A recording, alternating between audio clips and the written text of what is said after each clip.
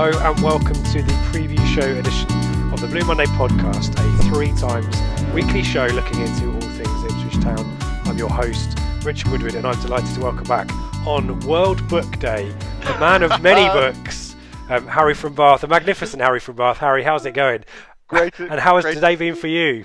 Great to see you, Rich. Hello, everyone. Welcome to the show. It's been a mad day. World Book Day is brilliant, and I'll say to all parents, I can go for an hour on this. I promise I won't. It's not a threat. If you've got to anybody read that 10 minutes a day you read to your children, you reap what you sow.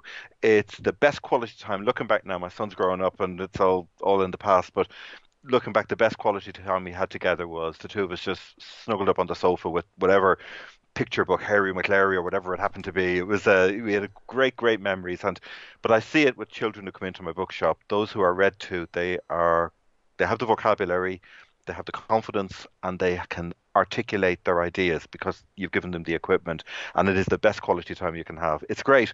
That said, busy for you though, yeah. It's been busy. Books don't weigh a lot individually. When you put them in a box, there's some mad multiplication thing that happens, which is they weigh an absolute ton. So we've got about 30 boxes of books out at different schools over this week. We do a lot of work raising money for local school libraries and that. So it's great fun. It really is great fun. It's not just about the dressing up, which is part of it as well. It's all part of the theatre of it, but it's making books come alive. Briefly, I think we saw in the 90s a revolution in the children's book trade where children would come running into bookshops the way my generation used to come running into record shops. Yeah. They're confident, they know what they want, and it's just a question of just facilitating it, really. It's absolutely brilliant. But that said,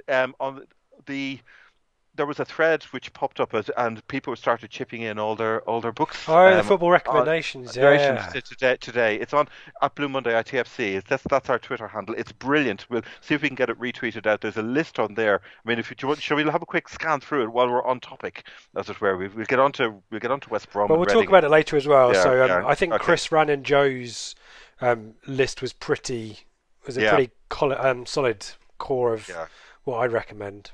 Yeah, Jim Robinson. There was all sorts of different people mentioning all sorts of brilliant books on the list. Steve, there's so much good football writing out there as well. That kind of stuff. And we were chatting about that kind of stuff with Mullet earlier in the week. Harry's Hipsters, the following all of these, the Halley Inc. thing. If you haven't, this guy's kind of drawn pictures of the away kits and all that kind of stuff. And I think it's Ollie Marr and Mullet talking about subscriptions to Mundial and all that kind of stuff. There's a load of great, a load of great football content out there, isn't there? And books. I mean, Joe's bookshelf. I mean, he sent us a picture on the Blue Monday. That's impressive. There's loads, and obviously behind you as well. There's loads of stuff and lots of different angles on the game as well that maybe people don't perceive as well. Yeah. So we'll come back and talk through those later on, won't we? Brilliant. Yep. Shall we start with Reading? Yeah, before we head to the Black Country, let's talk about Reading. Another punch in the guts right at the death. Definitely not deserved. I think you've said this, and I think we might have been quoting a Reading fan when we said it. But the bottom 4 deserved to go down. I didn't think Reading were particularly good. They took their chances when they got them. I thought we were the better team in the first half. But is that the game where you kind of think that's it for us? That was it. I mean, we were already kind of in acceptance mode, weren't we? But I've been in acceptance mode for months now, Rich. I think I've never hidden that. It's the one possible sting in the tail for Reading was that Oliveira went off injured, and if I'm not mistaken, 4 he's weeks in trouble. out now. Yeah. Hamstring. Yeah. It's that's it was a Pyrrhic victory in that sense for them. No, I know we've talked about the lack of strikers, and it came up even on the live show. For me, the bigger problem and the bigger issue to resolve next season, whatever league we're in, I'm assuming it's League One, is to get that defence organised. It just has let us down time and time again. And the 2 goals against Reading symbolised it for me. One was a collective error with the 3 centre-backs in a slightly unfamiliar system. All were drawn to the man on the ball, leaving the one man you don't leave free. And again, players with a bit of quality hurting us. Just as equally, the second goal was then down to an individual error. It's those a combination of one or the other have done for us. Yeah, either the system not working or somebody lacking a moment of weakness. And as we know, go back to Tyrone Mings said it years ago. He said in the championship, if you make an error, the likelihood is you will get punished. Yeah. And I was ruinous that late goal. It really was. But yeah, I wasn't I wasn't too devastated because I've factored in relegation months ago, to be honest, Rich. Well, Yeah, yeah, I mean, so I talked yeah, about this on the flagship on Sunday and yeah, a little bit on Twitter afterwards. I was in the same boat. And in fact, pretty much when Hurst left, I'd accepted relegation yeah, was inevitable. But yeah, actually, Reading really hurt. I wasn't yeah. expecting it, but it actually did. And it was more than I think the fact that um, there's always this little, we've talked about the hope, isn't it? There's always that little bit of hope there. But the The start of scintilla, March, scintilla. it's Mm, gone, isn't it? There is literally, no, mathematically, I know we're not down, but basically we can't if we can't beat the teams around us, there's no chance of us staying up. And yeah, I think it was more the fact that yeah, we just never win these games now. There used to be this time when we'd get something, and under Mick, when things were looking a bit ropey, we'd pull a 1-0 out, wouldn't we? We go to Leeds and beat Leeds 2-1 or something. yeah, We're not even doing that this season, and I think that's no, more the when there's the narrative there to have to suddenly start maybe the kind of impossible march to survival. Even we can't even do that. We can't even kind of give us lingering hope. I just want mm, the season done and dusted. To be honest, May can't come quickly enough for me. yeah, Um, yeah.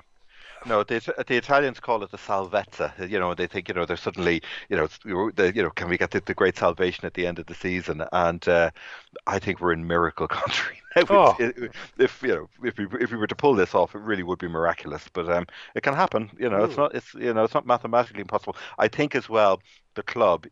I was listening to Lambert's press conference this afternoon. We're doing this on Thursday evening, and it was as professionals they don't give up until they have no choice but to give up. It's mathematically gone. So they're still keeping their focus. But no, no, it was. But it just seems if there's any more salt to rub into the wound, it just seems to keep getting rubbed in this year. I think it that's the does. worst. Yeah, That's the worst. That's the worst of it, really. it Yeah, just hurts. I'd yeah, happily take a 2-1 defeat if we deserve to lose 2-1, and a mm, goal.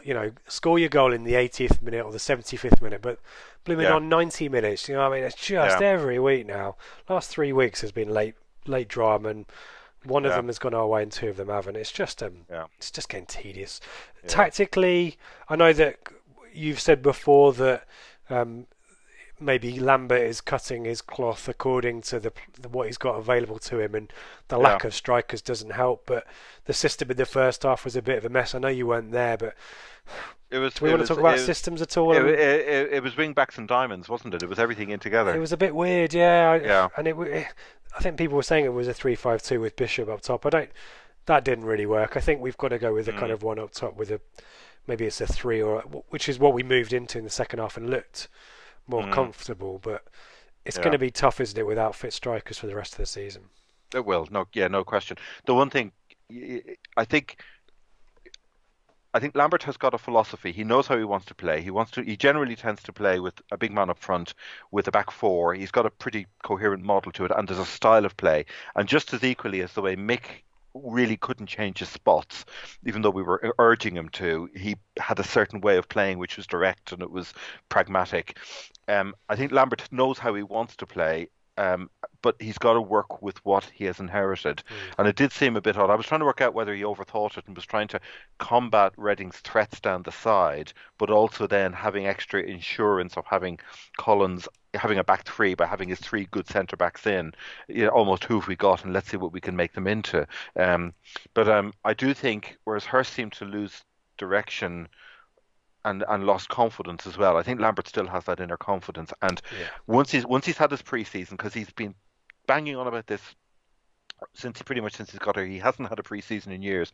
He's desperate for one, and that's when I think we'll see. I'm looking forward to seeing what happens. We can judge him more severely, I think, in late September, early October, once he's actually had a chance to put something together in place. You Lots, talked about lots of chat cleansing. about cleaning. I was Yeah, going to say exactly the yeah, same. Yeah. yeah. Um, Mm, and and that feels like it's a mental thing as much as a physical and maybe a tactical thing. Is you need to kind of rid yourself of this idea that we go a goal behind and that's game over, because that's why the 1-0s and 2-0s start to happen, isn't it? And I think mentally, maybe he's kind of thinking of a clear out, because there's an ingrained way of playing historically from the Mick era, maybe even Hurst's way of doing things. There's also the mental thing of mental fragility about in-game, how you react to difficult circumstances, and maybe there's just too many players who are tainted by that now. Yeah, the combination of either conceding late goals or conceding a second goal shortly after the first goal. Yeah, it screams confidence. Psychology, doesn't it? Psychology, it really does. Yeah. So maybe he's got something in mind there. Well, they don't get any easier, do they? No. But one quick stat before we delve into West Brom. Over 1,000 Town fans, I think, going on Saturday. It's huge, which is crazy, isn't it? You think about it. So good on the Town. The support last week. It's 23,000. I know there was a ticket promotion, but 1,000 at West Brom. Hopefully there'll be big numbers at Bristol City next week as well. But it just shows that people are still bought into it. I know probably a good chunk of those tickets for West Brom were sold maybe before Reading, but still, we need to pick it out, because it's pretty abnormal, as Lambert says. It's crazy. Nathan Beals asked a question on Twitter. We'll come on to them later. He talked about the three positives from the season. When I was thinking about it, I thought the way the supporters have shown their real class and their true colours this season is a positive. Whatever's going on the pitch, as a club, we have not lost our identity. If in many ways you could argue we've possibly refound it. As supporters, I wholeheartedly agree with that. Yeah. Let's talk baggies, shall we? And I might drift into what would be a Black Country accent or a West Midlands accent rather than a Brummy one. We need to be clear about that. There's a difference, folks. Have a look on Google. West Brom. So I've done some homework, Harry. I like to do homework every now and then, and I'm bringing you stats. Okay. I'm bringing you the stat that between the 20th of October 1984 through to the 4th of April 2000, Ipswich were not beaten by West Brom in 24 matches. In fact, we had 18 wins and 6 draws, 0 defeats in that period. Gosh. Only one of those was a cup tie, so we were imperious to West Brom in the league in that period. And then ever since that point onwards, we kind of had our 2 years in the Prem. I think Mowbray possibly took the job there, didn't he?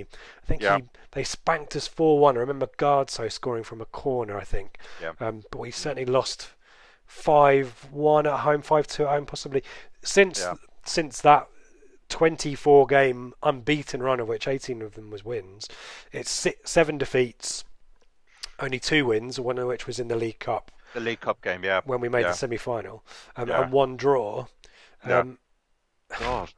So West Brom used to be a team that we regularly turn over. I've got 2 90s shirts behind me for those watching them on the video. Those not. I've got the promotion one from 2000, where we beat them 3-1. Neil Midgley scored on his debut, if you remember that.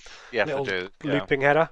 And the faded Green King one, where I think there's a 5-0 possibly that we beat them in that one.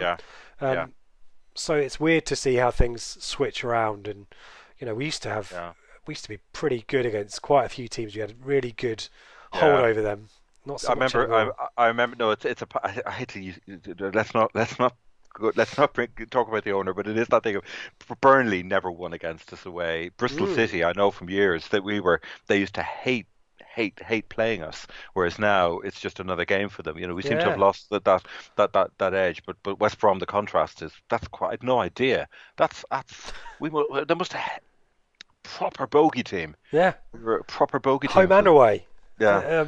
So hopefully my internet wasn't playing tricks on me and deceiving me on that one. So do look it up, because if you want to feel good about yourself, well, I guess it's in the past now, so you can't. But to see that kind of record against, and it's routine as well. We regularly played them. I used to remember going to Portman Road to watch West Brom, and we would beat them consistently. So it's weird to think that now they've got such a stranglehold over us. Let's move to this season. West Brom are weird, aren't they? Because they're well in the playoff contention, smashed by Leeds last week. But the big debate that we had on the flagship show was whether Darren Moore has taken this team as far as he can. Yeah. And I think you were quite impressed with Joe's assessment of them as well on the flagship. I've written, listening to the flagship show. I don't know what Joe had for dinner, Joe Ferris. We need to find out because it was it turned him into a superhero. It was that 94-95 shirt that he was wearing. Yeah, he killed the CB game, but he also nailed the problems at West Brom. He'd obviously been sitting there, maybe with a cup of tea or a pint, watching the game, languidly, whatever's going on. And then he started going through the analysis of West Brom, and I was kind of, because I'd been hoovering away on the forums to see what they were saying. It was kind of, yep, he's got that, he's got that, he's got that, he's got that. He just nailed it completely. So there's a 3-minute Joe Ferris version of West Brom, which covers the whole thing, or you can listen to the full preview show where you're going to get a little bit more detail. But it was an absolutely awesome performance. So Joe, if you're listening, chapeau to you, my friend. It was a phenomenal, absolutely phenomenal. I put it down to the great hosting if you ask me. But yes, it's not for something that good. It can never just be one factor. Yeah, I had nothing to do with it. Yeah. Good on you, Joe. Oh, dear. Where should we start here then? Because I think the key thing to mention before, so the 2 undefeated in November. The big kind of news is Harvey Barnes returning back to Leicester, now starting regularly in the Premier League. But is it fair to say that since he's been taken out of the team, things are now a little bit more unsettled? Oh yes. Oh yes. Oh yes, no question at all. This is a proper case study. It's one of these situations where they've got comfortably. I mean, when you look at their squad, it is ludicrous. We'll go through the players. Yeah. It is just ridiculous, and you can't help but thinking that if Rafa Benitez or Marcelo Bielsa was given this squad, they would be 10 points clear. They'd be planning for next season already. But they've entrusted their one good year when they're going to have a lot of high caliber players to a rookie, and it is to me it's an absolute case study. It really is. Sorry, Harry, is it a case study for Man United and Ole Gunnar Solskjaer? Because Darren Moore is a bit of a legend at West Brom. I don't think he had a pretty long and illustrious playing career with them, but certainly ended his career there and was really highly thought of. Fans certainly last season he had that amazing run of beating Man. Did they draw with Man United or beat Man United? Beat Spurs? They were unbeaten at the end of the season. They went down in a blaze of glory. Yeah, exactly right. And is it one of these cases of a manager having a great spell, maybe more luck than judgment, and then the team makes a recruitment decision based on that rather than the cold hard facts? Is Solskjaer fit into that model? Like Stuart Pearce at Forest is the other one. Again, got off in a blaze of glory and then got tactically worked out. Solskjaer's different, I think. I was very sceptical about him going in after what happened to Cardiff, but I think part of the problem there was that the style of football he wanted to play was so radically different to Malky Mackay's that it wasn't just a change of manager, it was a whole change of philosophy, and you ended up with an absolute car crash of a squad which fell apart in the end. Oh, I mean Man United. Yes. I mean Solskjaer now. No. I'm coming on to that. Oh, sorry. That was sorry. Forgive me, Joe. Oh, as in his previous. Forgive me, Rich. Yeah. No, I was just thinking that in his previous era, but then obviously that win over Paris during the week has made me realise. I was talking to a Man United fan today, Nick. He's an old mate. He's old school United, going back to the 50s and 60s, and he thinks that they've got their club back a little bit, because particularly the incident when the players went to encroach against Rashford just before he took the penalty, and about 3 or 4 Man United players pulled them back. Yeah. There's a sense that they're tribal again, and there's a sense that they've really got that sense of identity back. So I don't know, Rich. It's a hard one. Aside there, but... No, it's an aside. But going back to Moore, I think Moore is probably. I mean, I hate to say it. I've written down the word Paul Jewell similarities, and we'll go through them all. Let's get stuck in. Most of them are now expecting it just to be the playoffs. Poor home form as well is the other issue. But then they had 2 chastening defeats. It wasn't just. I know they only lost 1-0 to Sheffield United, but it was one of the most overwhelming 1-0 defeats. Their fans were saying afterwards. The Sheffield United's midfield, we know, is a match for tasty, any. Isn't it? Yeah. It is very tasty, and that will test you. Any club they come up against, if your midfield isn't up to it, they will squash you. So and then to repeat the same mistake against Leeds, because there are similarities in the way they both play with that intensity and high pressing. Moore is getting the sense there is that he is getting badly found out. And the thing that has caused it is the loss of Barnes being recalled to Leicester. A couple of quotes about Barnes, even though he's not there, we need to talk about him. We always knew that the loss of Harvey Barnes was going to cost us because he could unlock a defence, whereas now it's all one-dimensional and we look out of ideas if it fails. Many feared the wheels would fall off after losing him, and it seems to be true. He gave us a bit of magic and dynamic running with the ball, creating goals out of nothing. We lost a lot when he left. We need to look at the starting 11 against Leeds last week, because that highlights Moore's selection problems as well as his tactical weaknesses. He's got no plan B, that's obvious, but no, it's worse than that. He doesn't seem to be able to learn from his mistakes, and worse again, there doesn't seem to be a coherent tactical philosophy. There's no identity, there's no way of playing. He's putting 11 players out there and hoping that they will come up with something. It's that bad. So the midfield is probably one that Joe cited. Yeah, it's only a lack of pace, but yeah, when you put Gareth Barry and Jake Livermore into the midfield against Sheffield United and they get overwhelmed, it's one thing. But then to put the same two players in again against Leeds, who are going to do exactly the same thing to you, then you've got to ask questions. You're going to get swarmed, aren't you? Because there's only is it a three central mid? Is it a 4-3-3? It's a three. It's kind of 4-3-3. In theory, it should be a 4. The three, one sitting, one dynamic, one playmaking. Right. In the end, they said it was 7. They were 3 players down against Leeds because the front 3 were so isolated that the other 7 were just back running around with hoses. Yeah, I remember Jay Rodriguez looking a bit desperate on his own. They were, but it wasn't just him; it was all 3 of them. So you've got a problem of playing Barry and Livermore in midfield, where they just don't have the legs to compete. You then also have the problem up front. By losing Barnes, they replaced him with Jefferson Montero and Jacob Murphy as options. The problem with Montero and Murphy is they're wingers, whereas Harvey Barnes is a more all-round striker. Yeah. And Ben talked about this before Christmas, that it wasn't just that Gale, Barnes and Rodriguez were brilliant. The 3 of them would interchange. So you suddenly have Gale in the middle, where he's the most clinical finisher of them all. Barnes would suddenly pop up on the right, Rodriguez would flip over to the left. All this, that has gone. You've got Rodriguez in the middle, sitting, frustrating everybody because he's not as clinical a finisher as Gale, who was stuck out on the right, and the parallel for Dwight Gale is Freddie Sears. Now, is that about pace then? Is he out there because of that? He's out there because of pace and because he has a little bit more space in which to operate. But they don't rotate, so they tend to be very static in their role. He's then having to do what Freddie would do, and Freddie learnt the role really well, of going back and covering his defender. Oh, of course, yeah. That's not Dwight Gale's game, is it? What's Dwight Gale doing back in protecting his left back? Because the problem is that Livermore, who's on the left side of the midfield, doesn't have the legs to get across to protect him. Yeah. There's structural flaws coming in left, right and centre. And on the other side, you've got Murphy and Montero, who are doing well. Montero can play either wing, but Murphy particularly was playing on the right against I think it was the Sheffield United game, if I've got my research right. It was Queen's Park Rangers. He was injured for the last 2 games, and again the same thing they found about him was that he was an out and out winger, and all he could do was put in the occasional good ball, but there was no interconnectedness. You were never going to see Murphy pop up in the middle. So that, as I say, the 3 of them become incredibly static. You then against Leeds, the other thing that happens is that Kieran Gibbs isn't available. So that what does Darren Moore do? He puts in Tosin Adarabioyo, if I've got his name right. Adarabioyo, yeah, I'll go with that. Yes, let's go with that. Well played.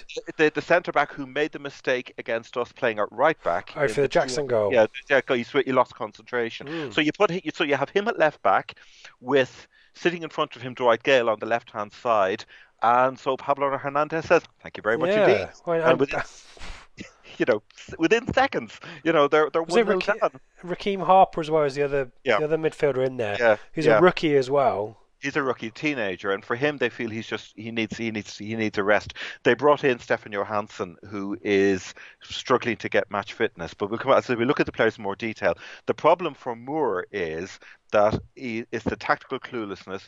One of them said, "It's a shame, but this will all end in tears and soonish." And it's more in sorrow than in anger, because they love him. Yeah, they absolutely love him. But they say his sides have lots of fight and a never say die attitude. Is the kind of in other words, there's no lack of motivation, but he doesn't have the ability to make strategical or tactical decisions. It's both. And one of them said most damningly, how he has managed to find and stick with the system that brings the worst out of every single player is a skill skill in itself. But I found myself thinking of, it sounds cruel to make the comparison with Paul Jewell, but that lack of reacting to the state of the game in front of him. Once he came up with a model that worked, as Jewell would do, but once it was found out, and once particularly they lost Barnes, the whole thing just disintegrated. And, is there something to be said for? We talked about this briefly before we started recording. There's a lot of individual quality there, isn't there? But there's no team cohesion. Is that another factor as well? It's a poor man's version of because that was Jewell in a nutshell, wasn't it? Yeah, it was exactly that. You're relying on Bullard to produce a moment of magic. You're relying on Andrews exactly. Chopra, exactly. Andrews outside the box to hit a worldie or whatever. That was it. Was that type of thing. Whereas there's no shape to the team at all. There's absolutely no pattern. But because they have such ridiculous quality, they're sitting in fourth. But as you say, you come up against Sheffield United, you come up against Leeds, and they don't just get found out. They just get blown away. So the expectation there is, I think it'll be playoff lads. And after the Leeds game, one said, anyone still confident of finishing the playoffs after that? They're worried about Bristol City. They're worried about Frank Lampard's Derby. They're worried about all these other teams that are sort of massing behind them. And particularly with Derby winning during the week, there's only 6 points now between seven. There's that group of seven. It's a three and a four. They're worried about they could be the one to miss out, though. Right, well, there's enough quality in that squad, though. I mean, we'll go through it now. Yeah. Should we start at the back? Because I think it's easy to start at the back and work our way through, because Johnston in goal is pretty much never present, isn't he? And fairly solid. Is he still a loanee from United? No, they bought him. He was on loan last year. Okay. He's permanent. They're not so sure about him. The part of it is the other thing. Playing at the Hawthorns will be good because they get on the backs of their players. We saw a bit of it at Wigan. You're going to see a lot. Midlandsy thing. Wolves do that quite a lot. Villa do that quite a lot. Stoke did it even just further up the road. Exactly that. There is an issue, and Johnson. The part of the problem, the reason he dwells on the ball in the box is because he has got nothing up there to aim for, because the whole thing is so static. One of the big problems West Brom have is that if you press them, Leeds are Leeds and Sheffield United are the two worst teams to play from that point of view. If you press them high, they crack. They absolutely crack. Johnson in goal then has a problem because he doesn't know how to bring the ball out, because he's always looking for options. He has struggled. He has regressed as the season has gone on. He has had some good games lately, but he does. He questions over his command of the area. He saves many shots. There was a goal against Queens Park Rangers. Queens Park Rangers scored against him. They felt he should have got. So he's not perfect. He's not a problem, but I think he's kind of a 5 out of 10 for the season rather than a 3 or a 7. In front of him, the only issue they have in centre defence really to me is the lack of cover. They don't have at fullback particularly. Higazi, if you're putting a team of the season together, for we've heard a lot about him. This guy, again, relating back to Bart in the World Cup, he made a slow start to the season coming back from Egypt. He was Egypt international, but he's grown into the season. And one of them said, there's little they will credit Tony Pulis for, but this signing has to be one in the plus column. He's a classic Pulis defender, really, isn't he, in that sense? He's not a ball player, but out and out defender. Well, it's worth, so there was I don't know whether we chatted about this at the time. Pulis left a lot of scars at West Brom. It kind of... similar situation to us and Mick to an extent. Absolutely. So there's a lot, when there were people linking Mick with the West Brom job, there were two reasons why that was never going to happen. One is Mick was at Wolves, and that hatred is very profound. But also the style of play. I don't think West Brom fans would ever let the owners or the people running the club ever go for someone who plays kind of low risk, direct football. Pragmatic football, which might be the kind of person they actually need right now to drag them over the line to the playoffs and maybe take them up to the automatics. But exactly. Anyway, that's an aside. It's a good point. It's let's say Higazi beside Dawson is interesting. Higazi is now the leader, I would say, of the back four. Dawson struggles to read games. Our movement. Leeds' energy and movement was his worst nightmare. He's still a rock solid defender. He's been with them since 2010. He's a bit of a he's their Luke Chambers in a way. He loves the club. He's an absolute stalwart there. But they say he's terrible with quick players running at him. Physicality, willing to put his face in where it hurts. You can see again why Pulis would have loved him. But the other issue they say is that he needs a defensive screen in front of him.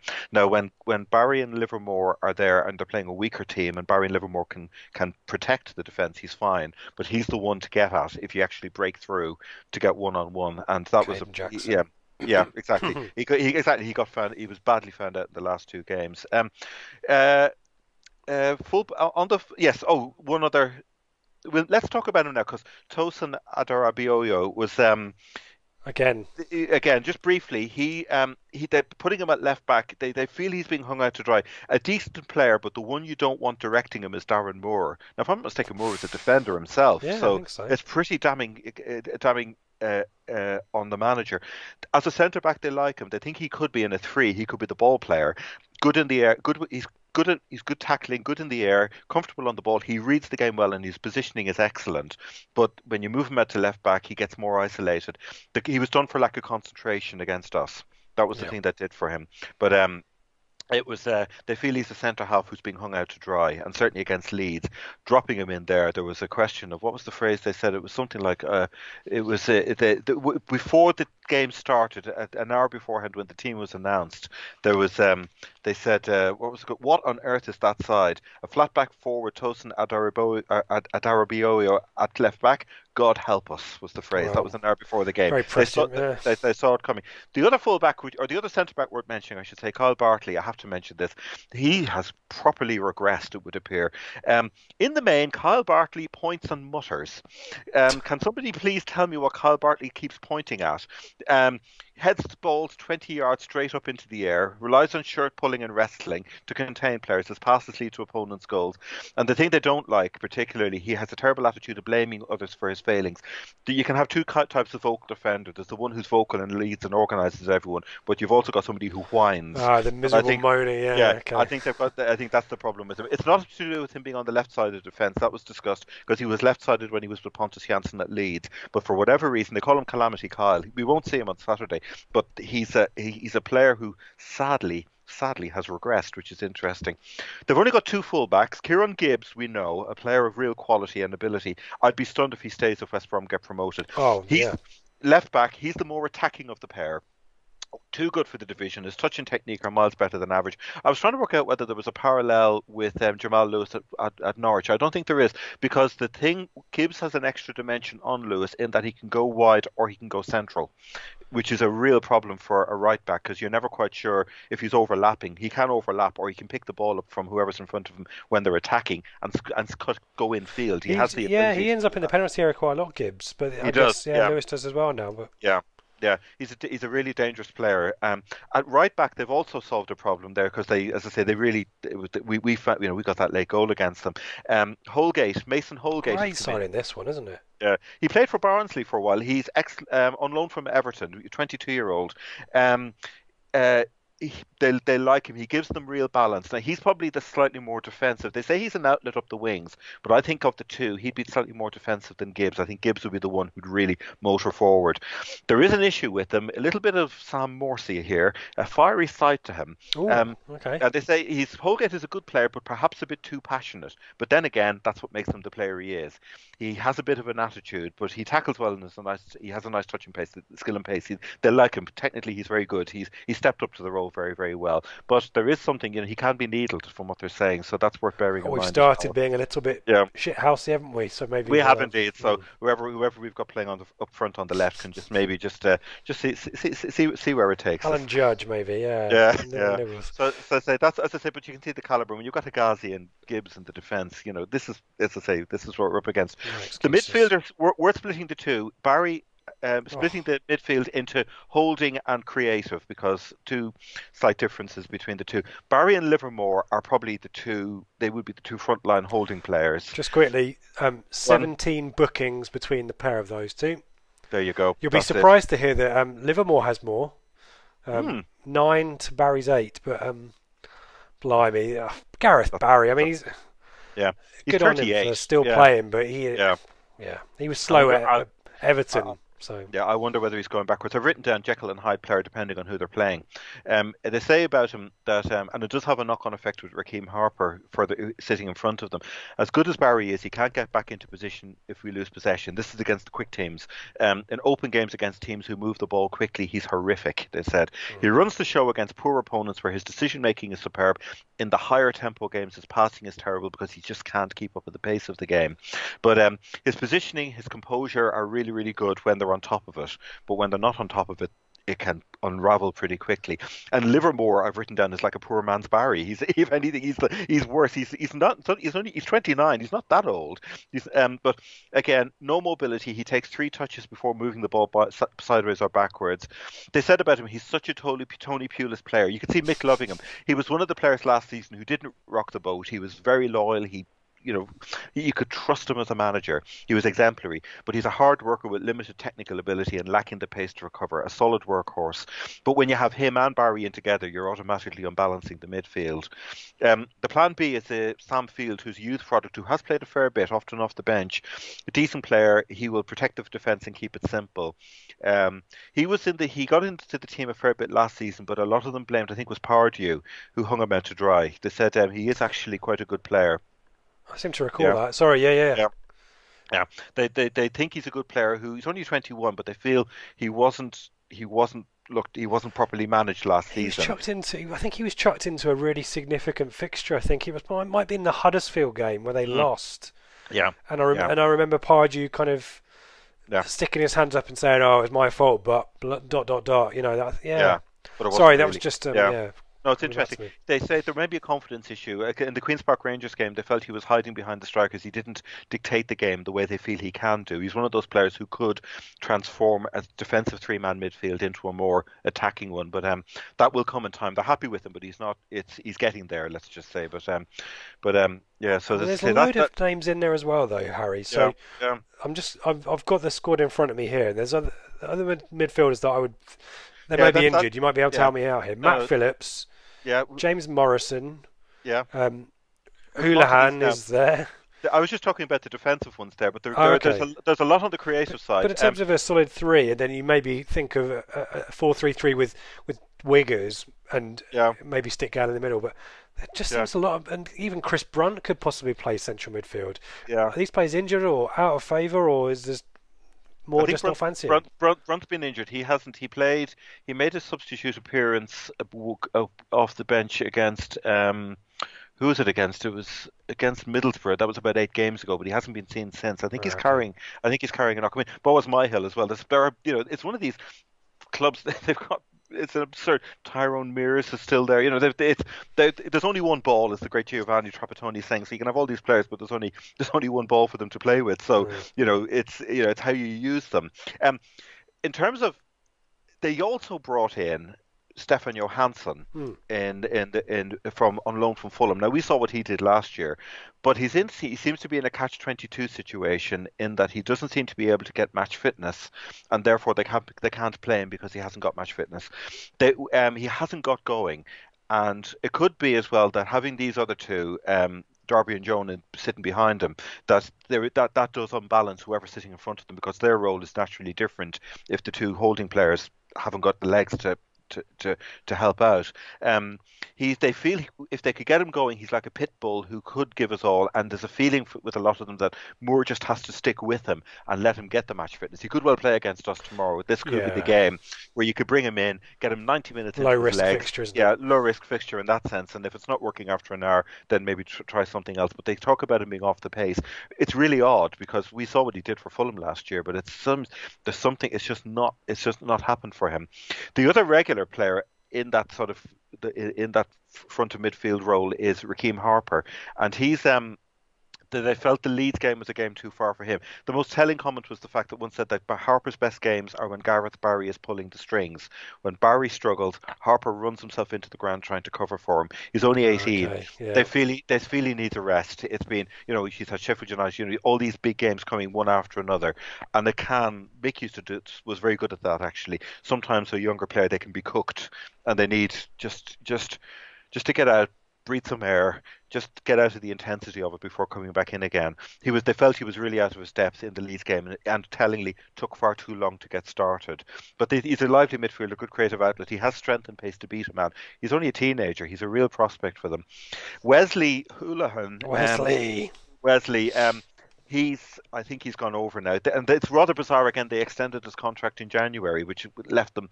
He came off the bench, I think, in the cup game, if I'm not mistaken, against. No, he started actually the cup game against Brighton, which they lost. That was on television. He started in that one. Technical, tidy player, we all know that, but his legs have gone, no strength. The zip of pace that used to get him past players has gone, even if he does have now some guile. I often describe him as a locksmith, but knowing our luck, given what Oliveira did last week, he'll probably come off the Come off the bench and bench. Yeah. yeah, one last hurrah. Go on, mock us. We've had everything else, but Houlihan, I think he's very much receding. Morrison is the other option again. I think he had if I'm not mistaken, I think he had an ankle injury. I could be wrong on that, but he's been in and out of the team. But he came in against Leeds, and he again struggled with the pace of the game. There's an issue with his consistency. He's 32 now, one good game and four anonymous ones. He is a player who can link with the front three and find a killer pass to unlock defensively minded teams. So he could be another option in midfield for them. He does have an eye for passes that others don't have, but his days of attacking pushes behind the forward lines have gone. It seems to me a sense of his urgency is gone. Okay. They talked about the fact that they needed a fighter in midfield against Leeds, and he wasn't a fighter, which is an interesting one. I always used to think he was one that used to break the line and had a shot from range, actually, in the Prem era. I remember him scoring quite a few long-range goals. He's Scottish international, I think, possibly. That's right, he was. That's him. And then, as I say, Matty Phillips as well. They see him more as a wing. Great player. They see him more as a wide player, actually. They feel he needs space. Is he Blackpool? Am I trying to... he was. Wickham, Blackpool. He played for Queen's Park Rangers then before moving in. I think last year he struggled in the Premier League. He had a really tough season last year. He was one player who receded, and I think there was a loss of faith from some of the baggies in him as a player. But they like him, direct, energetic, with the ability to wrong foot defenders. On his Scores day, a goal as well. Yeah, it's a consistency thing, but they do feel he needs space. They think he's wasted up front. You don't put him up immediately butting up against a defender. You need to play him in some sort of a more withdrawn role, whether that's out wide or whether it's centrally, where he can actually operate, as it were. But they feel he's wasted up top, running from deep, they think. As I say, the other two wingers they've got while we're on them, Jacob Murphy, Jefferson Montero. Murphy's going to score, isn't he? Yeah, he could do. He missed the last two games, but I think he is fit. I think he picked up it was a knock rather than an injury. They like him. He takes his man on. His delivery from open play is quite good. A familiar criticism. This has come up before. He's quite lightweight. Physically, they worry about him in physical games against strong defenders. But the big strength of, we all know this, is turn of pace, which can get him past full backs. And he puts in. It's not so much that he whips in crosses. They like his low cutbacks. And it's a question of the others anticipating and timing their runs. Well, if you've got Gale or Jay Rodriguez sniffing around, then yeah.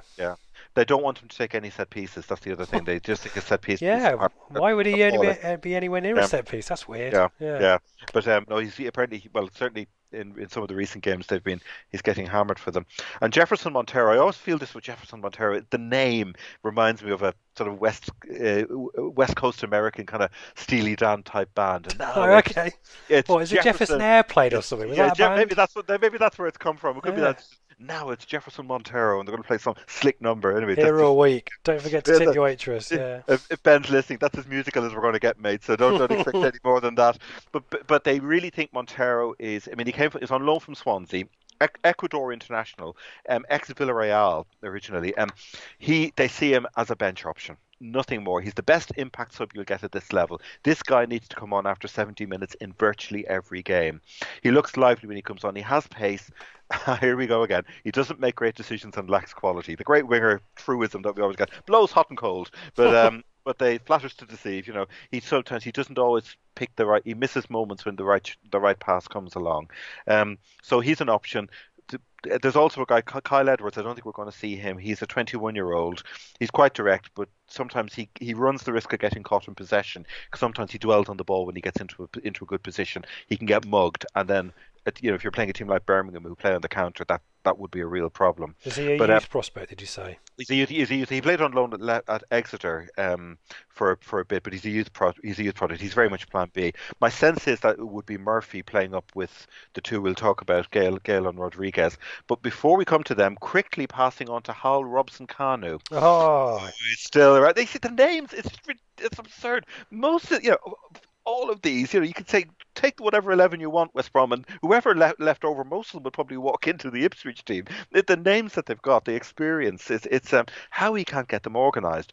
But Robson-Kanu, I think, he's for years looking at Reading forums. This we're hearing here, Robson Kanu would have a 20-page thread, no problem at all. He absolutely divided opinion.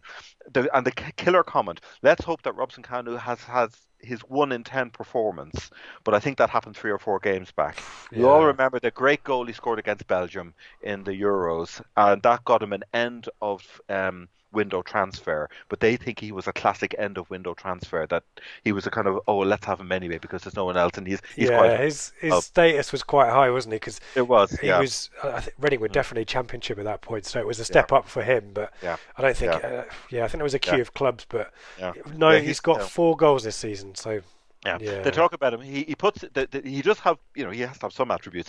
He puts in a shift and physical, exactly. He's athletic, so he is that option. But they say he only turns up once in a blue moon.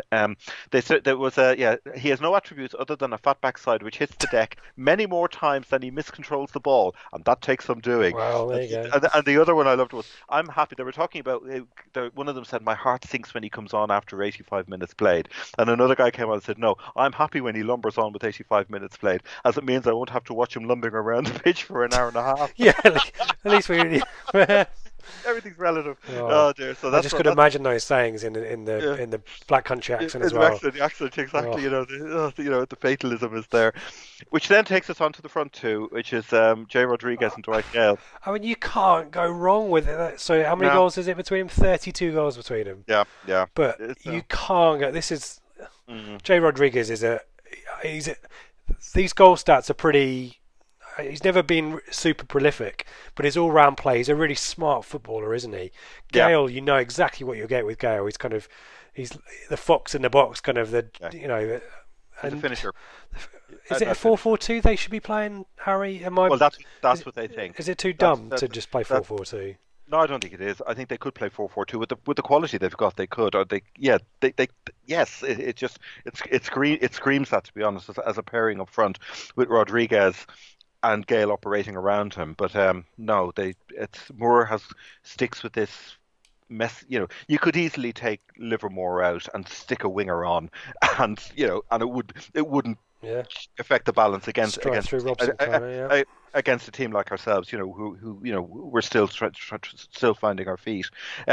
Interestingly, though, I mean, for all the goals he scored, Rodriguez divides opinion, believe it or not. One of them says, he doesn't hide, he works hard, he scores a ton of goals, we really should praise him.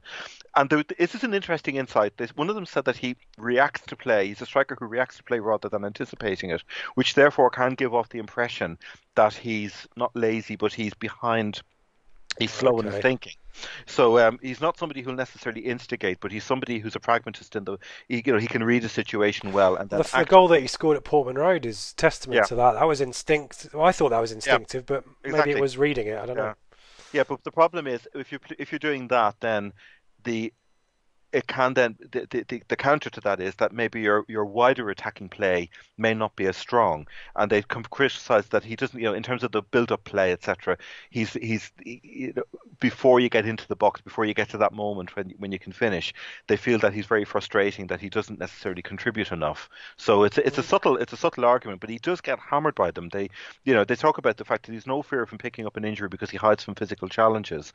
Well, he would. He had a massive injury, didn't he? A few years. Yes, that's a good point. Actually, I'm not defending the West Brom fans. No. I'm reporting their feedback. Yeah. Well, given the number of goals he scored a hatful of goals, they should be glad they'll have him, because once again, if they don't go up this year, he'll be gone. He will be gone. This is the glass half empty kind of philosophy that you generally see with these Midlands clubs as well. Yeah, and as for Gale, very briefly, the thing about Gale is the lack of physicality. Yeah, he's not a wide player, is he? If he's out wide, he's been in the wrong position, isn't he? Exactly that. They talk about he can't hold the ball up.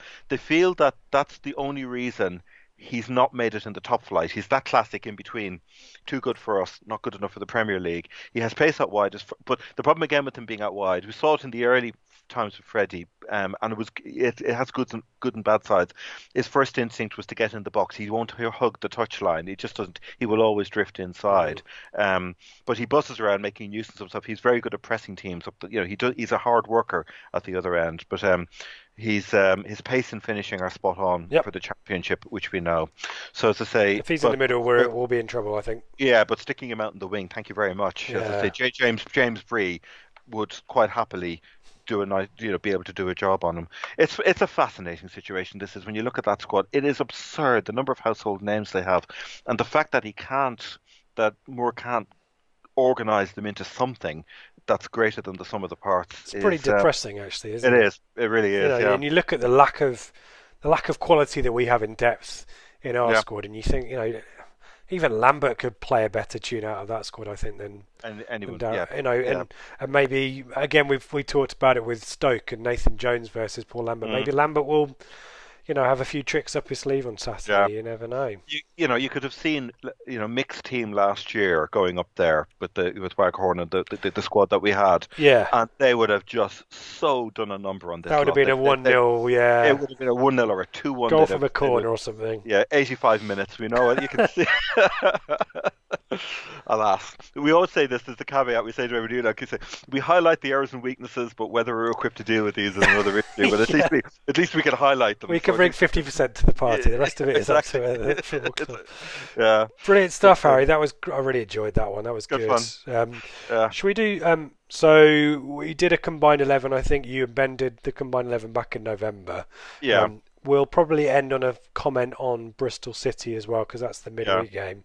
Daryl's done us a combined 11, but I think we'll let him tweet that out and we can get any responses to that. Should we do the questions, and then should we talk about some of these book recommendations that we've received? Yes, do. Yep. So let's start with the questions. I'll take them in the order that I see them. Jim Robbins. Harry talks about partnerships and bonds within the team a lot, quite rightly. What partnerships does he think work, if any, in our team, and can we keep them going for next season? Any partnerships developing that you've seen?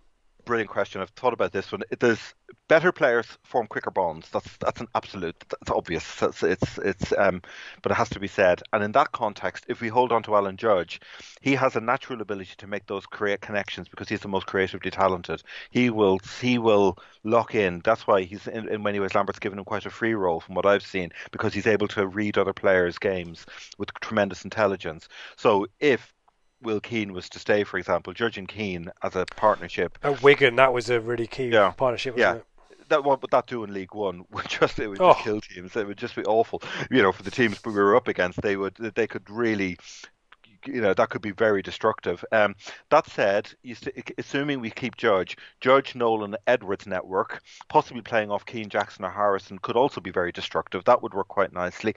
The other one I think of in League One again would be a Bishop, Nolan and Downs trio. That could, again, you could see that working. Like that. Yeah, the one area, and this goes back to what we were saying earlier, I keep going on about the fact that the defence to me is in many ways as big a problem, if not bigger, than up front. That back four needs such a rebuild because of what we have at the moment. I'm not confident, nor am I confident as well with the fullbacks. You're thinking, well, could Kenlott link forward? Could Josh, if you keep Bree, it would be great. Then you could see Bree and Edwards maybe working on something together, as long as Edwards is preferred to get back. But that's the area, and also the other area which is vital to me is the two centre backs and the keeper. That piece of the jigsaw absolutely needs to be locked in, and I think we're miles away from it at the moment. But but certainly midfield and in the final third, there's the potential for some serious fun next season. Jack Slarda, Jack McLean. This is my first trip to the Hawthorns. Enjoy it. I would suggest maybe spending more time in the city centre beforehand than going straight to the ground. I'm making a detour to the Cadbury's World. Well, there you go. He's got plans. In our current state, what chocolate bar best describes ITFC? I have an answer already for this, and I'm so pleased with it. But I will let you go for it. No, Harry. Go on, Harry. No. You lead. Go on. It's a flake. You beat me to it. Great minds. I wanted to give it to you. No, that instantly flake came up. Maybe we can turn it into a twirl. You never know. Poetry as well. Brilliant. Indeed. So Taco Man, the real Taco Man, would have finished in the top half of the table in League One. Maybe pushing for a playoff spot be the aim next year. It would be great to bounce straight back, but he thinks we have to be realistic. Thoughts on what's when League One is confirmed. What is reasonable expectations for us? Yeah, I echoed Lambert talk today, but we have to hold our nerve next season. I think when he said that in today's press conference, that's what I think he was talking about.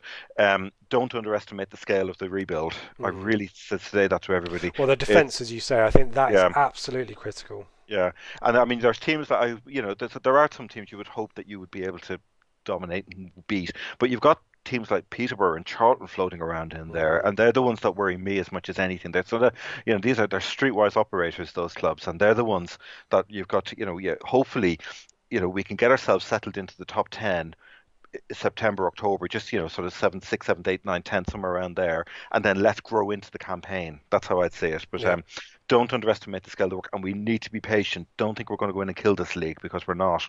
Yeah, agree with that. Yeah. Although I think the view that we League One would be a disaster for the club. I think financially it would, but there, as you kind of say, 50% of the league is something to be worried about. 50% maybe not. There is still a drop off in quality in League One in comparison to being the bottom end of the Championship. But I quite agree that rebuild is significant. Mullet, a quick one. We talked a lot about this, but Mullet's given us an option here. Is Darren Moore a fraud or doing a very good job in difficult circumstances? I guess the angle on that one is, what are the difficult circumstances? What with parachute money and a squad full of quality, should he be? I think we both agree he should be doing better, shouldn't he? If he's got difficult circumstances, what are ours? No, quite right. It's cruel to call somebody a fraud, but I think I would certainly say he's possibly underperforming. Yeah. Yes, that's as diplomatic as I'm prepared to say.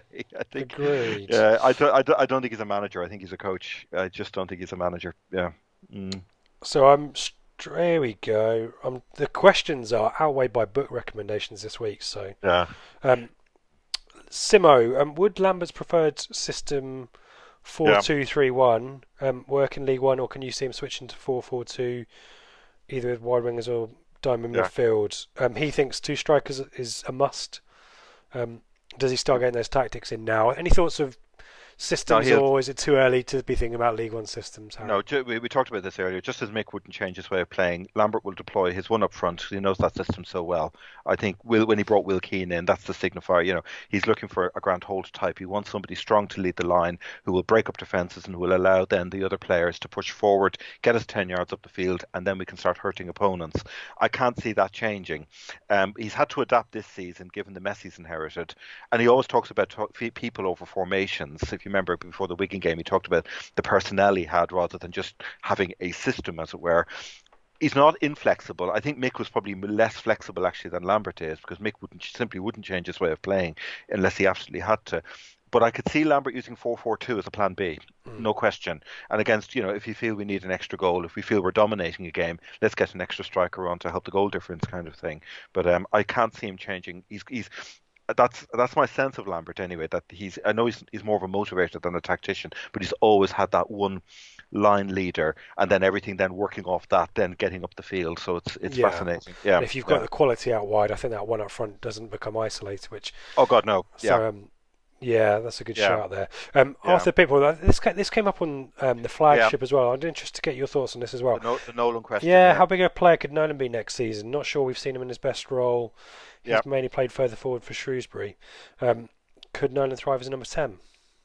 I'd written Nolan off after the Brentford game, the 1-1 draw, because I felt he hid in that game myself. But I think in the right team and setup, with someone like George Bishop as a foil, or in a more competitive team where everybody's not being overwhelmed around him, I think he could actually blossom, because in that position you are really dependent on others around you to give you permission to do the game to play the game you want to play. I suspect his confidence was hammered in the first few months of the season, and the best may be yet to come.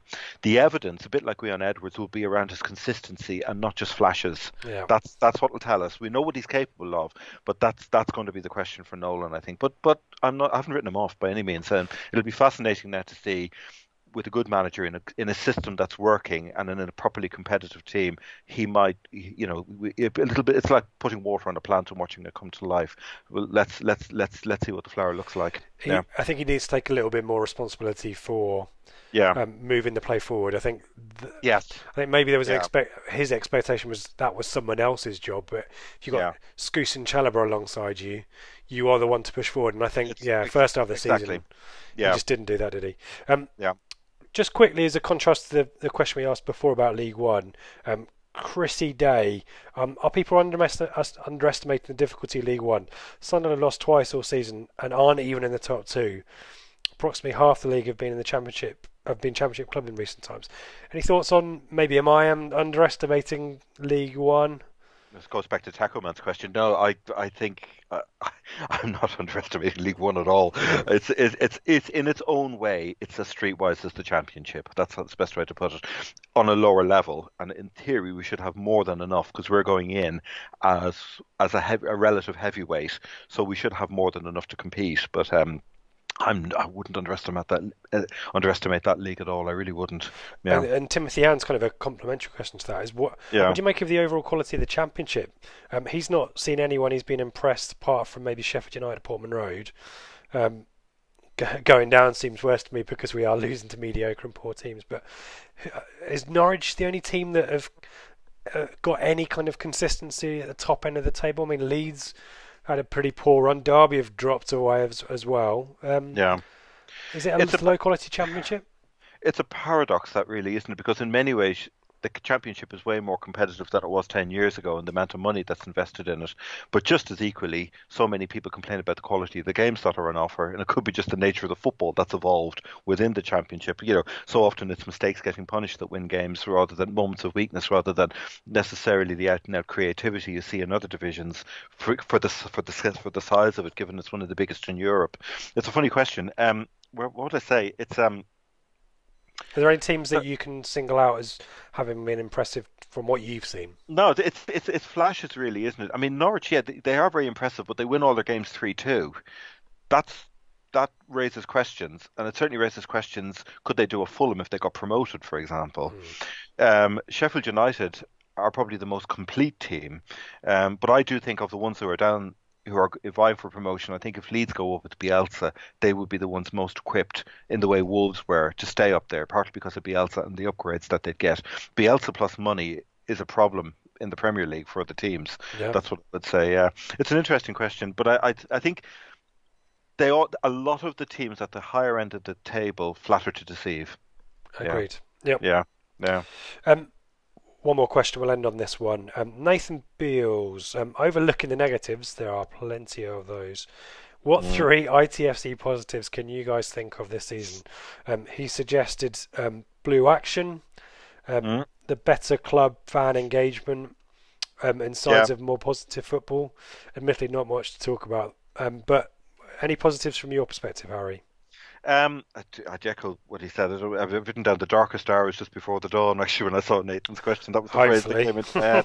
And there are definitely some optimistic things. For me, Lambert and his not just in his arrival, but his identifying the need to reconnect the club with its supporters. You have to have an identity before you can actually move forward. Yeah. And I think he's incredibly. Well, it goes back to this Man United fan that you were talking to as well. Yeah. It's exactly that, there's a certain way of, and we always talk this the great mythical Ipswich way, but we do have a way of seeing the game. We play with confidence. One of the reasons I love this club is that whenever we get into the top flight, we just don't go up and make up the numbers. We tend to go up and see if we can bloody a few noses. We did it under Burley, we did it under Ramsey, we did it under Robson. Did it under Lyle. We were top 5, weren't we, at Christmas? Yeah. Exactly. We don't. That's one of the things. When we are confident, when we play to the fullness of our personality, it's a joy. It really is, because we just tear it up. It's one of the great strengths. And I think Lambert has actually identified that. That's the truth that has been sleeping in many ways for years, and that's what he's trying to rekindle. He's very strategic in his thinking, so Lambert's a real positive. I do think touched on it earlier, the way our supporters have shown their real class and their true colours this season. It's been phenomenal. Unlike other clubs who may, other sets of fans who shall remain nameless, but that, to me, even though we're in severe adversity and so much salt keeps getting rubbed into the wounds, we just want to say, no, we're not we're not going to take this. We will come back, and that it gives me great hope. Blue Action, the most obvious example, but not just them. I mean, the Southwest Group. Let's bang on about John Banger. They've got themselves a banner. It may only be a banner, but I know the amount of enthusiasm, work, thought that's gone into that, and they're going to unveil it at Ashton Gate on Tuesday night. It'll be brilliant to see. But it's what it represents. It represents the fact that this is, we're not giving up on the club. We're not giving up as a set of supporters. We can see hope out of this, and and when that comes, it will be joyous to have. It really will. Number 3 on Nathan's list, I just wrote down the name. It's a small thing, but I loved Jack Lancaster. I'm very fond of him. I could be wrong, but there's something about him I really like, and I remember it's just the Stoke game. He was up against Eric Peters, and it was hilarious. Peters would have thought, okay, who's this young whippersnapper? I'll deal with him. He gave as good as he got, and if that's symbolic of the personality of the young players coming through, it could be fun. It could be real fun next season. And I think Lambert again hinted at that today in his press conference when he talked about the fact that a lot of players may not realise what they've learnt this season until next season. Yeah, and it's a small thing, but there we go. So, and the fact that another positive, if you're looking for it, is that firstly that the club have been awarding these young players their first professional contracts. There's the hope potentially that some of them might feature before the end of the season. But actually, Lambert has said, I would rather have Portman Road full and give away some of my transfer budget to do that and bring through the youth players. And obviously he'd want the money if it was there, but that's again Lambert acknowledging what the fans want to see, a bit of a strategy, acknowledging that he wants a full stadium, but also there's a role for the youth players in League One, because there should be no fear for the likes of Downs or Bishop who are going to League One.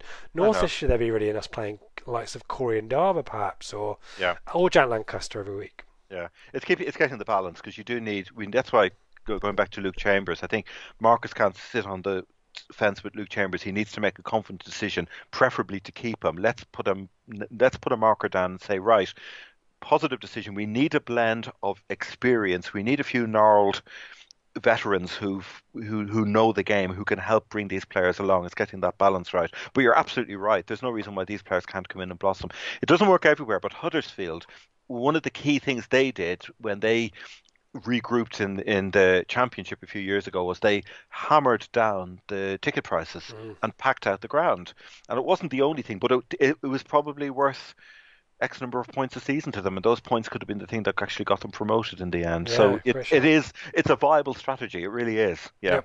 And I guess the one thing that I add in from a kind of definitely from a more selfish perspective in respect of Blue Monday and stuff like that, just meeting people, up and down the country, kind of travel around, and there's always kind of the core there, but there's always someone who, you're always meeting people and introducing yourself to people and saying hello, and people tap on the shoulder, and Wigan, miles away from any of us, we're kind of a long way from home, and you've got a table and a room full of Ipswich Town fans who are communing with each other and just being part of it, and that to me is just as important, I think. You put your finger on it. Is it the word communing? We are a community. We properly are a community, and it's I'm so proud to have met and to know so many Ipswich Town supporters. I just know how brilliant they are, and I'm not patronising when I say that. It's an absolute.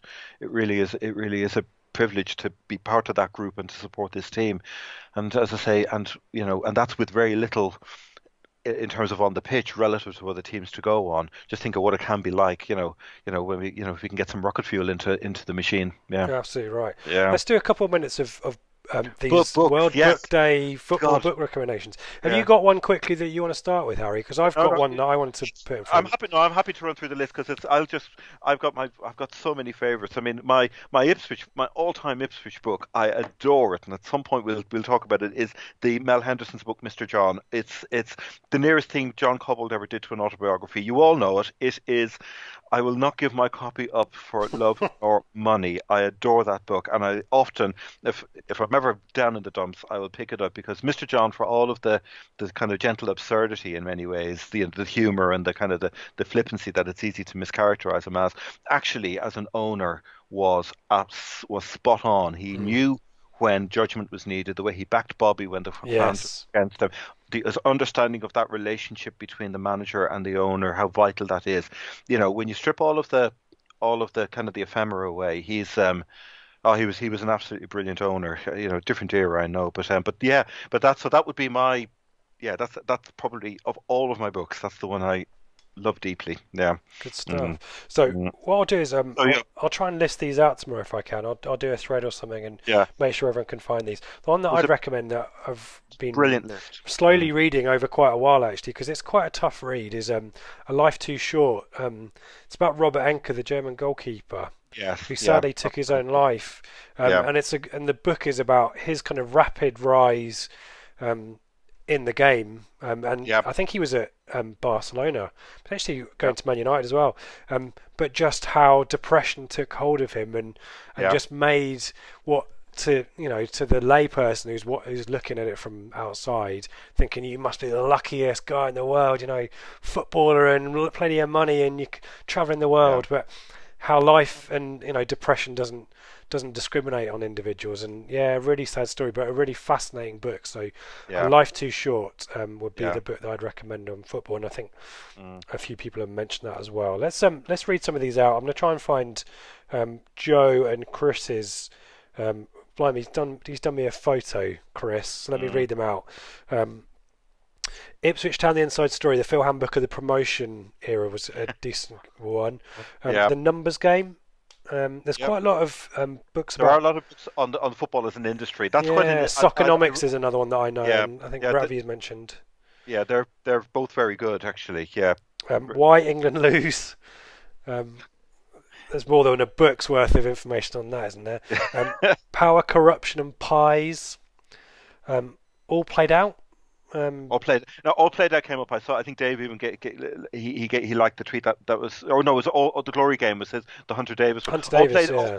I think all played out is reprinting. I can't get it. It's that's a book that has to stay in print as a single narrative of a tournament. It's quite brilliant. It really is, What's because it it's the about, whole. Harry?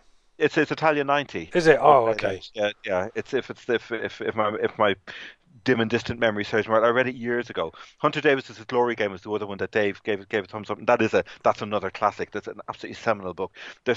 Keep going. Sorry.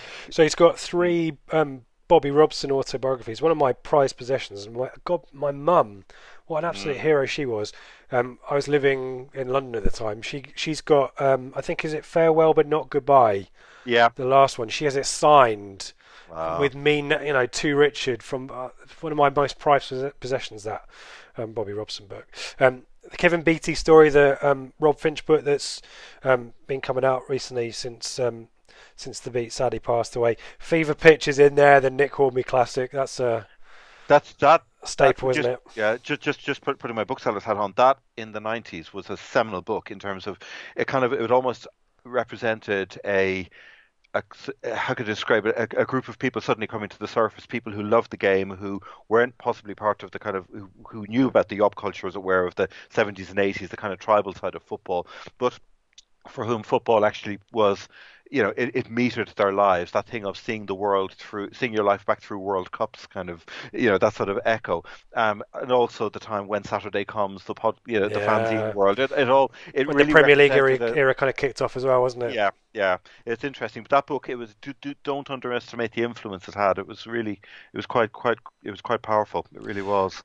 Football Against the Enemy. Is that a book that you've heard of? That is a Simon really Simon Cooper. Cooper. That's a really good read. That really is. If I'm not mistaken, that looks at all the great rivalries. For example, the Scots see England as their rivals. The English see the Germans as German, their yeah. rivals. The Germans, Holland. yes, spot on. Yeah. Absolutely, yeah. It's I fascinating. love that. It's like That's fascinating. yeah, Colchester, Ipswich. Yeah, Yeah, yeah. Ipswich, Norwich. I guess. Yeah. Here's another interesting one briefly. I remember talking to a Borough fan. And we watched. It was a game. It was a group of town fans watching it in Bath. It was one of the games that was live on television. The one Nugent scored the goal that went in. He always scored against us. But anyway, there was a Borough fan. We were just chatting over a beer, watching the game, and I said to him, "Well, we know about Newcastle and Sunderland not liking each other. So where do Borough sit on that?" And I said, "Is it Newcastle or is it Sunderland?" And he looked at me and he said, "It's neither." And he paused, and I looked at him askance. He said, "It's Leeds." Really? Yes, it may not be as obvious, Is that but it's Leeds. it's a kind of What's there's the a sense. distance? Is it like 50 miles or something? It's not that far, but it's also a sense that Leeds. There's a certain confidence about Leeds supporters, which I don't think appeals to many Borough supporters. Okay. If I can politely put it like that. Or maybe a It's lot of teams have got Leeds as their yeah, it could well be. rivals. Yeah, I know um, Leeds see United as their big rivals, but I'm not sure United see Leeds as theirs. So I think United see Liverpool. It's fascinating. But going back to Simon Cooper's book, it's really good. It's yeah. really fascinating. The psychology of the whole thing, fascinating stuff. Yeah. I need a 3 for 2 offer or something like that. The last one Chris has got is the My Favourite Game book, the fan kind of the favourite matches for Ipswich Town, the book that came out a couple of years ago, I think. That's a lovely book. Yeah, that's really really good. Whereas Broken Dreams is mentioned by Alistair, but then I think there's a bit of a debate about whether that's a good one or not. I'm trying to find Joe's. Where's Joe's one? It's really good. Oh man. This is the trouble. The thread has just gone crazy. Mrs. Nuts ask a question very quickly while I find it. If you were 8 years old, what would you be dressing up as today on World Book Day?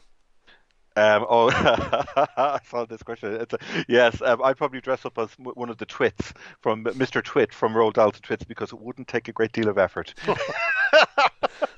Just shabby up the beard a little bit. Absolutely, okay. yeah. I've always quite liked the idea of dressing up hair. as Willy Wonka, so I think that would be my choice. Ravi, he does some great statistical analysis, by the way, worth at Scribbler with no E at 42 _42. If anyone cares about numbers and the changing game, Soccernomics, which is talked about, and the numbers game are excellent. 21st Club's book, Changing the Conversation, is what I'm reading so far. And the modern games insights are awesome. Otherwise, Pep Confidential, Bring the Noise, and Das Reboot are awesome. They're all good books. Honigstein, I think, was Das Reboot, wasn't it? Yeah, it is. Rafa Honigstein. Yeah. There's a couple, can I mention, just looking through this thread, Adam Flatt mentioned it's a superb book, Dynamo. It's how Ukrainian footballers defied the Nazis and it ultimately cost them their lives. Football often as a metaphor for life. And if I'm not mistaken, was it Jim mentioned A Season with Verona, which is hilarious. Yeah. It's a fascinating book, that, because my Napoli friend Vince, he get him on the subject of Verona fans. They're quite unique as a set of supporters. They really are. It's brilliant stuff. Yeah. Super Franz mentions My Father and Other Working Class Heroes. Yeah. By Gary Imlach. Gary Imlach, that's right. Imlach, yeah. Sorry. Which Dave Diamond, our mate Dave Diamond, endorses. Here we go. Stephen Moore. Let's lob in some Stephen. He says, just let Harry talk about books. Well, hold that thought. So there's some discussion that there is negotiations being had, Harry, behind the scenes, aren't there? For maybe some summer content on football books and stuff. Post-season, I'm talking to Ben to see if we can do a series of shorts, sort of 20-minute, trying to keep me down to 20. Anyway, but that's it's where are we on? Yeah. Okay. But the idea being that we could maybe look at one or maybe a couple of books and just do a little, sort of book programs where we could just talk about books that, people can recommend them and feed in comments, their thoughts about what they like about them, and then we can use that as a springboard to talk about them. Just a little bit more, just because we all love the game, and just while we have a chance to reflect, it's a nice time to do it. So, but it's in the oven at the moment. We're cooking it up as an idea, percolating. We'll keep you posted on that one. Stephen's recommendations are Brilliant Orange. Yeah, David Winner. And he also reckons The Football Against the Enemy. Joe's given us Fever Pitch again, A Season with Verona again, Football in Sun and Shadow. Oh yes, that's my. Oh God, yes. This is the where's it got to now? By Eduardo Galeano. That's the one. That's the one there. This is great cover. Uruguayan writer, and I always think the Uruguayans have a great way to they have a great way of describing football. They get football like nobody else. They just intuitively understand it. And I'm gonna, if I can finish with.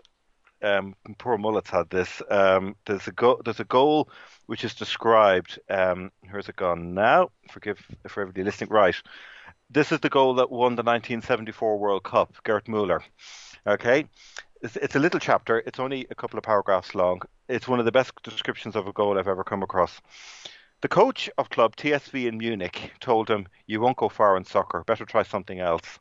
Back then, Gerd Müller worked 12 hours a day in a textile mill. 11 years later, in 1974, this stumpy tub of a player was champion of the world.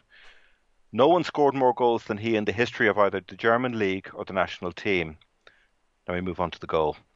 Nobody saw the wild wolf in the field. Disguised as an old woman, his fangs and claws hidden, he strolled along, making a show of showering innocent passes on other works of charity. Meanwhile, he slipped in unnoticed into the box. The net was the bridal veil of an irresistible girl. In front of the open goal, he licked his chops, and in one fell swoop he stood naked, then bit.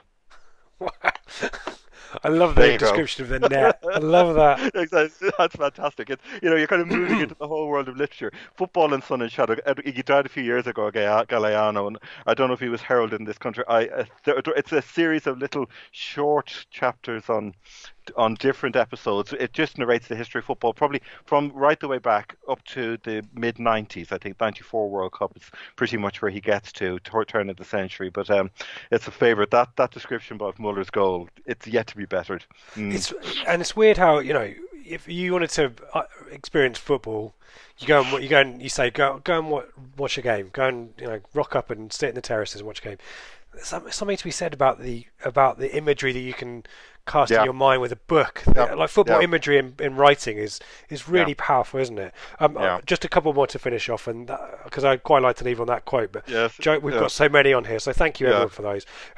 Joe also mentions No Hunger in Paradise, Michael Cavan book. He also wrote a book, The Nowhere Men, Michael Cavan, about scouts, which I really like. That's so poignant, that book. It really is. And kind of how the tipping point about technology coming in and making that kind of old, the rock up and watch a player and scout them is dying out. He's also got The Ugly Game, Foul, The Secret World of FIFA Bribes, Vote Rigging and Ticket Scandals, and The Beautiful Game by David Conn, who's also a great writer as well. There's plenty of stuff here. What I'll do is over the weekend I'll try and write all of those down, and we'll make a list, and everyone can kind of chip in there and give us some thoughts as well. But that was really enjoyable. Thank you, Harry, for kind of taking us through that. Thank you everyone for your recommendations as well. There's plenty of material there. And as I say, we'll keep you informed on what the plans are for maybe talking more about footy books over the summer. Should we sign off with some plugs? Any books that you want to sell, Harry, that you didn't sell for the schools? Your blogs and all that stuff. Where can we find those reading? West Brom will go up with formations and highlights videos on TWTD on Friday lunchtime, and it will, as everything is, linked at Harry from Bath is my Twitter handle, so it'll all be there. Brilliant stuff. You can find us the channel at Blue Monday ITFC. You can find me at Ipsrich, and I think I will be back. I'm going to West Brom. I'm one of the fortunate few thousand who are off to West Brom, so I have booked my place on the flagship show on Sunday with Ben, and I think Dave as well, possibly. So brilliant. I'll be back, and we will be back next week to chat Bristol City aftermath. So enjoy that, and good luck to John and all the guys at the Southwest Sports branch as well. And we'll be back to talk about Forest, Roy Keane and Martin O'Neill's Forest. Roy Keane returning to Portman Road. Can't wait to hear what they say about him. Oh dear. Have a great weekend, everyone.